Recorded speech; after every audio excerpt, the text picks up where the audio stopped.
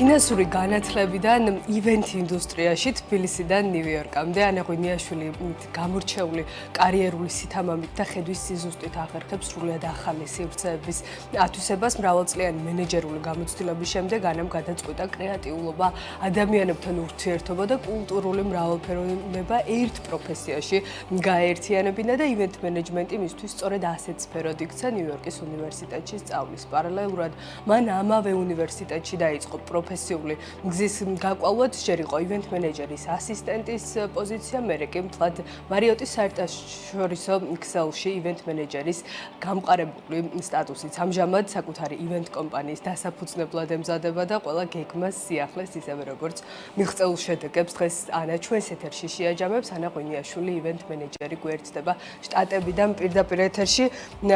ანა, მოგესალმები. ძალიან დიდი მადლობა თქვენი დროისთვის და მადლობა რომ ასეთ დროს ნიუ-იორკში ხართ ახლა, ხო?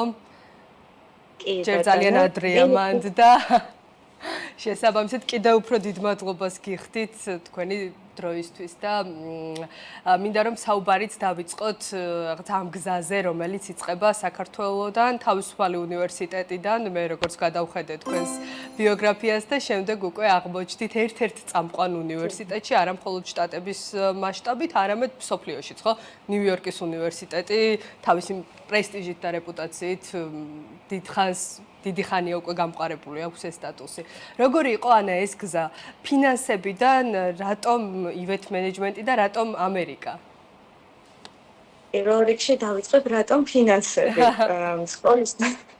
სკოლის დამთავრების მერე ზოგადად ძალიან პატარა ასაკში ვართ ხოლმე იმისთვის, რომ ზუსტად ვიცნოდეთ რისი გაკეთება გვინდა მთელი დარჩენილი ცხოვრების განმავლობაში. ფინანსები გადავწყვიტე, იმიტომ რომ ეს იყო ის, რაც კარგად გამომდიოდა. შესაბამისად ასე მოხდი ჯერ კავკასიის ბიზნეს სკოლაში, შემდეგ გადავედი მაგისტრატურაზე თავისუფალ უნივერსიტეტში, MBA-ის ხარისხი ავიღე და მთელი ამ პერიოდის განმავლობაში მუშაობდი რიტეილის სფეროში. სხვადასხვა პოზიციებზე ვიყავი ბრენდ მენეჯერიც, ვიყავი მარკეტინგის დეპარტამენტშიც, დიჯიტალ მედია მენეჯერი, შემდეგ უფრო კიდევ უფრო მეტად წინ წავედი მაგალითად უფრო კომერციულ მხარესაც დავიწყე მუშაობა, თუმცა ძალიან მომწონდა. ვთვლი რომ რიტეილის სფერო ძალიან საინტერესოა თავისი უამრავი სიახლით, თავისი რაღაცა ყველა ადამიანებთან ურთიერთობით, თუმცა მთელი ამ გზის მანძილზე ნელ-ნელა ვხვდებოდი, რომ ყველაზე ბედნიერი ადამიანი ვარ მაშინ, როდესაც მიწევს ელემენტარულად რაღაცა პატარა ღონისძიებების დაგეგმვა, იქნებოდა ეს ოფისში თუ ვინმე ოჯახის წევრი მთხოვდა თუნდაც დაბადების დღის დაგეგმვას, ან მაგალითად თუ ვიცოდი რომ ჩემი მეგობრები რაღაცას გეგმავენ, აუცილებლად ვერთვებოდი, აქტოვებდი არც ერთ შესაძლებლობას. და რაც უფრო მეტი დრო გადიოდა, ვიფიქრე რომ თუ ეს ის არის, რაც ამ ხელა სიამოვნებას მანიჭებს, რატომ არ შეიძლება რომ ეს კარიერულად გადავიტანო და სამსახური და კარიერა და აი ეს ძალიან დიდი სურვილი ვიყო ღონისძიებებში, რაღაცნაირად უნდა გამეერთიანებინა. შემდეგ იმაზეც ფიქრობდი, რომ ასე უბრალოდ დილით გავიღვიძებ და ვიტყვი ივენთ მენეჯერი ვიქნები, ასე არ ხდება სამწუხაროდ. კი, მით უმეტეს ისეთი სფეროდან მოდიხართ, რომ კარგად იცით შრომის და ცოდნის ფასი კიდევ უფრო რისკების გათვლას ასე. კი ბატონო.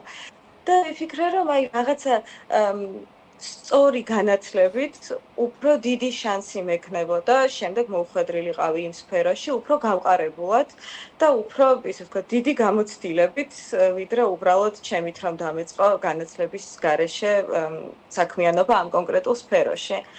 დავიწყე მოძიება მსოფლიოში საუკეთესო სკოლების, რომლებიც სტუმართმოყვარეობასთან და კონკრეტულად ივენთ მენეჯმენტ თან უფრო ახლოს მიმიყვანდნენ. ორი სკოლა არსებობს მთელ მსოფლიოში, წამყვანი სკოლები, ერთ-ერთი არის შვეიცარიაში და მეორე არის ნიუ-იორკში. არჩევანის გაკეთებისას ნიუ-იორკი ის ქალაქია, რომელსაც არასდროს არ წინავს. ყველაზე მეტი ღონისძიება ალბათ ამ ქალაქში იმართება ყოველდღიურად, განურჩევლად კვირის დღისა, საათისა და ასე შემდეგ. და ამიტომ ზუსტად ნიუ-იორკის უნივერსიტეტზე გავაჩერე არჩევანი. ძალიან გამიხარდა რომ ჩავირიცხე და შემდეგ აი ესე გადავწყვიტე იმ კარიერის მიტოვება, ნიუ-იორკში გადმოსვლა და თავიდან დაწყება. ხო, ფაქტობრივად რაღაც მენეჯმენტს და ისევ რაღაც ის ორგანიზებას იქ ფინანსებთან შეხება შეიძლება რაღაცა გადაკვეთის წერტილები უპოვო, თუმცა აბსოლუტურად კარდინალურად განსხვავებულია მაინც თავისი სპეციფიკიდან გამომდიდარე, ხო? ალბათ რაღაც ნიუანსები დაგეხმარებოდათ, თუმცა ასე ვთქვათ, გაქვთ შეგრძნება და გქონდათ რომ რაღაცა თითქოს ის ყველაფერი წარსულში დარჩა და სრულიად ახალი თავი დაიწყო თქვენ ცხოვრებაში. კი. და რამდენად მზად იყავით მაშინ ამისთვის? და რამდენად ეს გქონდათ სრულად და ბოლომდე გააზრებული? აი, თვითფრინავში რომ ჩდებოდი პირველ დღეს უნივერსიტეტში წასასვლელად უკვე ვიცოდი რომ სრულიად ახალ ეტაპს ვიწყებ ცხოვრებაში. გააზრებული მქონდა რომ ის რაც აქამდე ამდენი წლის განმავლობაში მქონდა გაკეთებული მთელი ის გამოცდილება, დაგროვებული ცოდნა, რა თქმა უნდა გამომადგებოდა. ცალსახად ვიტყვი რომ ანუ event management-ი ზოგადად თავის თავში იმდენ რამეს მოიცავს, რომ ის ფინანსური ნაწილიც, ის მენეჯმენტიც, ხალხთან ურთიერთობა, დაგროვებული გამოცდილება, ნამდვილად ყველაფერი ძალიან გამოსადეგი იყო. თუმცა სრულიად სხვა სფეროა, სრულიად სხვა ქვეყანაში, სხვა კულტურაში და ამიტომ წახვედით მასტერზე, ხო? ანა, მაგისტრატურაზე წახვედით სასწავლებლად. ნიუ-იორკის უნივერსიტეტში და შემდეგ უკვე უნივერსიტეტის პარალელურად ჯერ უნივერსიტეტში როგორ დასაქმდით, არც ეს არის მარტივი ამბავი და ამაზეც აუცილებლად უნდა მოგვიყვეთ და შემდეგ მარიოტამდე გზა როგორ გაიკვალა ნიუ-იორკის უნივერსიტეტიდან. ზოგადად ჩამოსვლისთანავე აღმოვაჩინე, რომ ისევე ალბათ როგორც მთელ მსოფლიოში თავარია გაიცნოს სწორი ადამიანები, ვინც შეძლებს რომ დაგაყვალიანოს. როგორ უნდა მიხვიდე შენს დასახულ მიზნამდე. რა თქმა უნდა, იმდენად დიდი სურვილი მქონდა ამ სფეროში თავის დამკვიდრების და იმდენად დიდი შრომა მქონდა ჩადებული თუნდაც უნივერსიტეტში ჩაბარებაში, შემდეგ მსოფლიოს მეორე მხარეს გადმოსახლებაში და რა თქმა უნდა, ყველაფერს ვაკეთებდი იმისთვის, რომ თავი წარმომეჩინა უნივერსიტეტში დავდიოდი ყველა ღონისძიებაზე, რომელიც იმართებოდა უნივერსიტეტში, ვთქვათ, გაცნობით ღონისძიებებს გულისხმობ, სადაც სხვადასხვა კომპანიები მოდიოდნენ, სხვადასხვა ადამიანებთან მქონდა შესაძლებლობა, რომ მესაუბრა, გამერკვია რა ხდება ინდუსტრიაში, რა უნდა გავაკეთო იმისთვის, რომ გავხდე უფრო კარგი და სასურველი კადრი ნებისმიერ კომპანიაში, ან ასევე გავწევრიანდი რამოდენიმე ასოციაციაში, რომელიც უშუალოდ ივენთ მენეჯერებისთვის არის და საერთაშორისო ასოციაციებია. შესაბამისად, ზუსტად ამან მომცა ის ნაცნობობის წრე, რომელმაც მომახვედრა ჯერ თავად NYU-ს ივენთების ოფისში ასისტენტად, ივენთ მენეჯერის ასისტენტად და შემდეგ უკვე მერიოტის სასტუმროშიც. ეს ძალიან საინტერესო ისტორია არის თვითონ სასტუმროში მოხვედრის და როგორც ამბობენ ნიუ-იორკის შესაძლებლობების ქალაქიაო, ზუსტად ესე ჩემთვის მოულოდნელად, მაგრამ ძალიან კარგად მოხდა ჩემი თქვათ ნიუ-იორკის მარიოტების ქსელში, ხო? კი ბატონო. ანა, დღეს როგორც ვიცი, რჩებით ამ პოზიციაზე, ხო? სანამ უკვე თქვენს გეგმებზე გადავიდოდეთ და იმ წამოწყებაზე, რომელსაც აი სადაც არის ჩაეყრება, ხო, საფუძველი. დღეს შემდეგ უკვე მაინტერესებს როგორი იყო უშუალოდ რა სპეციფიკით გამოირჩევა ნიუ-იორკის ბაზარი. თავისი მასშტაბებიდან გამომდინარე, სხვადასხვა ნიუანსიც იქნება, მრავალფეროვანი გამოწვევებიც ბევრი იქნება. ის ყველაფერი ძალიან საინტერესო არის თქვენი შეფასებით და შეჯამებით, როგორ გამოიყურება, განსაკუთრებით, როდესაც საქმე ეხება საერთაშორისო სტუდენტს, ხო, და არა ადგილობრივს. აი, აქ კიდევ უფრო რამდენად რთულდება სიტუაცია. არ დაგიმალავთ და ძალიან რთულდება სამწუხაროდ. ძალიან დიდი ბაზარი არის უდიდესი კონკურენცია.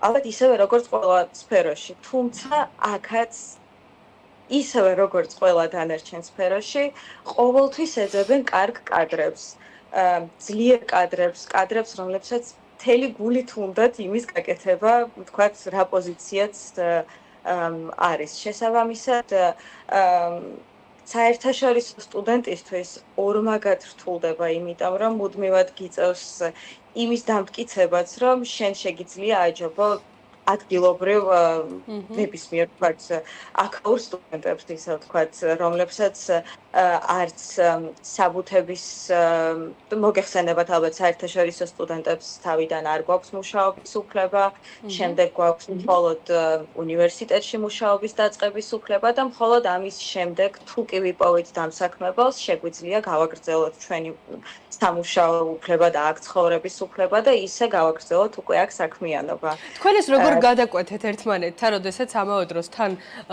ერთ-ერთ სფეროში, ერთ-ერთ უმსხვილეს კომპანიაში დასაქმდით და ამ დროს უკვე დასრულებული გქონდათ უნივერსიტეტი თუ მიმდინარეობდა აქტიურ რეჟიმში სწავლის პროცესი? ზაფხულში, ანუ შუა სწავლაში, ზაფხულის განმავლობაში გავიარე სტაჟირება მერიოტის სხვა სასტუმროში. თუმცა იმის გამო, რომ მერიოტი უდიდესი საერთაშორისო ქსელია, თუ კი ერთხელ მაინც მოხვდები რომელიმე ნებისმიერ სასტუმროში, ნებისმიერ პოზიციაზე და თავს გამოიჩენ, შემდეგ ძალიან დიდი არის იმის ალბათობა, რომ მარტივად გადახვიდე სხვა სასტუმროში, სხვა პოზიციაზე და ასევე აქაც კვლავ ისევე როგორც უნივერსიტეტში ყველაფერი მიდის ხალხის გაცნობაზე, მათთან საუბარზე. მაგალითად, ჩემი პირველი მოხვედრა მერიოტში მოხდა უნივერსიტეტის ერთ-ერთ დისკუსიაზე, სადაც მერიოტის რამოდენიმე თანამშრომელი იყო მოსული და უნდათ რომ წარედგინათ თავისი კომპანია. და ისე მოხდა, რომ ვინც ამ ღონისძიების ივენთ მენეჯერი იყო, რაღაცა ძალიან გაუგებრობაში მოვყევი, ისე ვთქვათ, იმიტომ რომ უბრალოდ შევთავაზე დახმარება იმის გამო, რომ ადრე ვიყავი მისული. და ზუსტად აი ამ დახმარების შემდეგ გამაცნეს იმ სასტუმროს გენერალური მენეჯერი, სადაც ახლა ვმუშაობ. გავესაუბრე, მოუყევი ჩემს შესახებ, უთხარი რა მინდოდა ზოგადად ცხოვრებაში, როგორი ტრანსფორმაცია გამიცადა ფინანსებიდან სხვა ქვეყანებში გადმოსვლაზე და შემდეგ სტაჟირების დასრულების შემდეგ 2 თვეში დაახლოებით სასტუმრომ მომწერა, რომ ივენთ მენეჯერის ვაკანსია იხსნება და სურვილი ხომ არ მქონდა, რომ შემომეტანა განაცხადი, რაც რა თქმა უნდა ძალიან გამიხარდა და ბევრი არ მიფიქრია ეგრევე შევიტანე განაცხადი. ანა, რა სპეციფიკით გამოირჩევა იქაური ბაზარი? მოთხოვნა ძირითადად რა ტიპის ივენთებზეა, რას ანიჭებენ უპირატესობას, რა ტრენდებია, ტენდენციები? მე მუშაობ ძირითადად კორპორატიულ ივენთებზე. თავიდან ივენთ მენეჯმენტის სფეროზე ვინმე რომ საუბრობ და ყოველთვის წარმომედგინა ფესტივალები, ქორწილები, დაბადების დღეები. თუმცა შემდეგ აღმოვაჩინე, რომ ასევე ძალიან დიდი ბაზარი აქვს კორპორატიულ ღონისძიებებს. ეს არის კონფერენციები, team building-ის აქტივობები, ახალი პროდუქტის წარდგენები, რაღაცა ზოგადი შეხვედრები და ზუსტად დღევანდელი ჩემი პოზიცია ზუსტად აი ამ მიმართულებით მუშაობას განსაზღვრავს. ამ სფეროში ძალიან მნიშვნელოვანია რა თქმა უნდა დეტალებზე დაკვირვება, განსაკუთრებით კორპორატიულ სფეროში, როდესაც კომპანია მოდის თავისი ღონისძიების ჩასატარებლად, თქვათ, სასტუმროში და ივენთ მენეჯერი ხარ შენ, ბუნებრივია გიწევს იმ კომპანიის თავიდან ბოლომდე შესწავლა, რომ ზუსტად იცოდე რა შეიძლება მოეწონოთ, რა არ მოეწონებათ, როგორი ტიპის ღონისძიება უნდათ. ზოგადად ჩემი აზრით მთელი ეს სფერო აგებულია იმაზე, რომ უნდა იცოდე ადამიანების მოსმენა, გაგება და შემდეგ იმ ემოციის გადმოცემა, რასაც ისინი ელოდებიან. ძალიან ხშირად ყოფილა შემთხვევა, რომ თავად კლიენტი კარგად ვერ გადმოსცემს იმას, რისი გაკეთებაც უნდა. იმიტომ რომ აქვს თავისი ხედვა, თავისი იდეა, თუმცა ანუ რეალობასთან ხშირად ყოფილა, რომ ცოტა აცდენილები არიან ხოლმე. მაგრამ აი რაღაცა ამ მოსმენით, დეტალებზე დაკვირვებით, ზოგადად კომპანიის შესახებ ინფორმაციის მოძიებით სხვა კადრებთან საუბრით, უკვე უფრო ზუსტად შეგიძლია დაადგინო, როგორი ტიპის ემოციის მიღება სურთ და რა შეგიძლია გააკეთო იმისთვის, რომ ეს ემოცია სრულიად გადმოსცე ისე, რომ ყველა წევრი იმ ღონისძიების იყოს კმაყოფილი. ძალიან საინტერესოა, მართლა ძალიან საინტერესოა ამ ყველაფრის მოსმენ, უბრალოდ საკმარისი დრო არ გვაქვს, რომ ყველაფერი მოვიცვათ ნანა და ამიტომ მინდა რომ გეგმებზე გადავიდეთ და იმ ძალიან მნიშვნელოვან სიახლეზე, რომელსაც სულ მალე შევიტყობთ ჩვენგან და პრინციპში შეგვიძლია უკვე უთხრათ ხო ჩვენს მაყურებელს, რომ გეგმავთ თქვენი საკუთარი ივენთ კომპანიის შექმნას. რა პერიოდს უყურებს და ზოგადად რა კონცეფციის, რა ტიპის კომპანიასთან გვექნება საქმე? ამ ეტაპზე მე ვფიქრობ, რამოდენიმე თვეში იქნება უკვე ეს შესაძლებელი, ყველა აქაური წესის დაცვის მიხედვით, რა თქმა უნდა. და ძირითადად მიუხედავად იმისა, რომ უდიდესი კონკურენცია არის და ძალიან დიდი ბაზარია, უამრავი კომპანია არსებობს, არსებობს ნიშა, რომელიც მოიცავს, ანუ ნიუ-იორკი ძალიან ბევრი კულტურის გამაერთიანებელი ქალაქია. და ზუსტად აი ეს პატარა კულტურული უმცირესობები არის ძალიან დიდი მოთხოვნა ღონისძიებებზე, რომელიც კარგად გადმოსცემს იმ კულტურის რაღაცა კარგად გაგებას, მათ ენაზე საუბარს და ასე შემდეგ. რაც სამწუხაროდ ჩემი კვლევის შედეგად მსგავსი კომპანია ან არ არსებობს, ან ეს არ არის მათი ძირითადი მიმართულება. ჩემი ძირითადი მიმართულება არის anniversary-ს დაგეგმვა. ქართულად ალბათ რაღაც აი ყოველწლიურად ან ყოველკვარტალურად განმეორებადი ღონისძიებების დაგეგმვა. კორპორატიულ სფეროში მინდა დარჩენა ძირითადად, რა თქმა უნდა. ასევე მივიღებ ნებისმიერ სოციალურ ღონისძიებაზე შეკვეთასაც, თუმცა ვფიქრობ, რომ ჩემი უფრო ძლიერი მხარე და უფრო დიდი ინტერესი მაინც კორპორატიულ სივრცეში რჩება. ეს დაიწყეთ უკვე თუნდაც საბუთების მოწესრიგება, სტაფით, თქვენი იქნებით საწყის ეტაპზე თუ უკვე გარკვეულწილად კადრების შერჩევის ეტაპზეც გადახვედით. თუ აი დღეს რა მდგომარეობა, სტატუს კო როგორი არის, სანამ უშუალოდ დაფუძნდება ეს კომპანია და ამით ნელ-ნელა დავასრულოთ. კი, დღეს რეალურად მუშაობ შესაბამისი ლიცენზიების მოპოვებაზე, მუშაობ ვებსაიტის შექმნაზე, სადაც დაიდება პორტფოლიო, ასევე ეს ალბათ უკვე სადღაც 2 თვეში იქნება ვებსაიტის ნახვა შესაძლებელი, ასევე სოციალური მედიის კონტენტის შექმნაში, რადგან მარკეტინგული სვლა ალბათ ერთ-ერთი ყველაზე მნიშვნელოვანი ნაწილია, რომ ხალხს გავაგებინო ამ კომპანიის არსებობის შესახებ და დანარჩენი კი უბრალოდ საბუთების და აქაური წესების დაცვის ყველანაირი სწორი ლიცენზიის, ყველანაირი უმაღლესი სტანდარტის დასაცავად საკმაოდ დროში იწელება ხოლმე ყველა საბუთის მოგვარება, თუმცა პატარ-პატარა ნაბიჯებით ნელ-ნელა მთელი გულით მჯერა, რომ წლის ბოლომდე შევძლებ ოფიციალურად გამოვაცხადო, რომ აი კომპანია გახსნილია და მზად ვარ შეკვეთების მისაღებად. ეჭვით არ მეპარება ანა და იმედი მაქვს, რომ ჩვენს ეთერში გვექნება იმის შესაძლებლობა, რომ ეს ძალიან მნიშვნელოვანი და სასიხარულო სიახლე მივიტანოთ ჩვენს მაყურებლამდე და ნიუ-იორკიდან თბილისამდე უკვე გავაფართოვოთ, ასე ვთქვათ, ის აუდიტორია, რომელიც ამ ამბის შესახებ გაიგებს. წარმატება თქვენ ყველა წამოწყებაში ძალიან საჭირო და მნიშვნელოვანია ის, რომ ქართველები ასე ვითარდებოდნენ და მათ შორის გვაჩვენებდნენ პრეცედენტს, რომ არც მანძილი, არც რაღაცა ოკეანე არ არის იმის შემოფერხებელი და დამოპყრობელი, რომ საკუთარი შესაძლებლობები არ განივითარო და ამიტომ წარმატება ანა თქვენ და მადლობა კიდევ ერთხელ. ანა გუნიაშვილი